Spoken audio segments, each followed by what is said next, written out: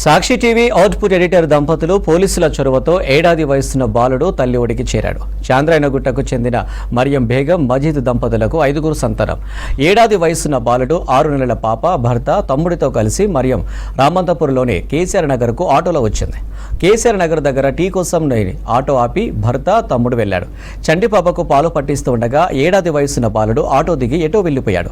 Tea తాగి auto దగ్గరకు వచ్చిన మరియం పిల్లవాడు గురించి ఆరతీయగా ఆటో దిగి ఉంటాడని చెప్పింది. చుట్టుపక్కల వెతకగా బాలుడి ఆచూకీ లభించలేదు. దీంతో మరియం ఆమె బంధువులు ఉప్పల్ పోలీసులను ఆశ్రయించారు.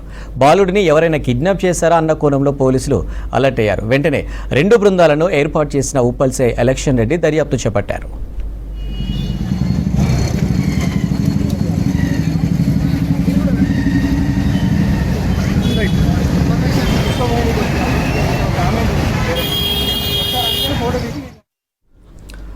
ఇదే టైంలో విధులు ముగించుకొని తమ కూతుర్ని ఇంటికి తీసుకువెళ్లడానికి స్కూల్ దగ్గరకు వెళ్లిన Sakshi TV output editor Praveen Reddy దంపతులకు స్కూల్ దగ్గర ఏడాది వయసున్న బాలుడు కనిపించాడు.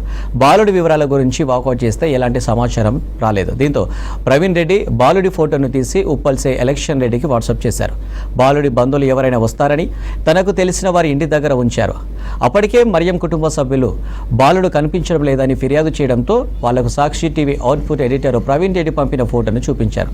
వెంటనే ఆ బాలుడు తమ కుమారుడని గుర్తుపట్టారు.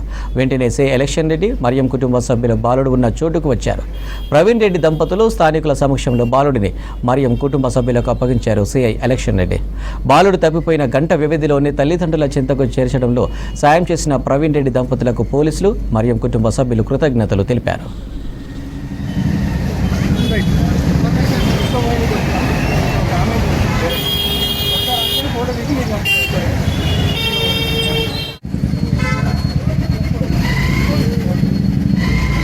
Go.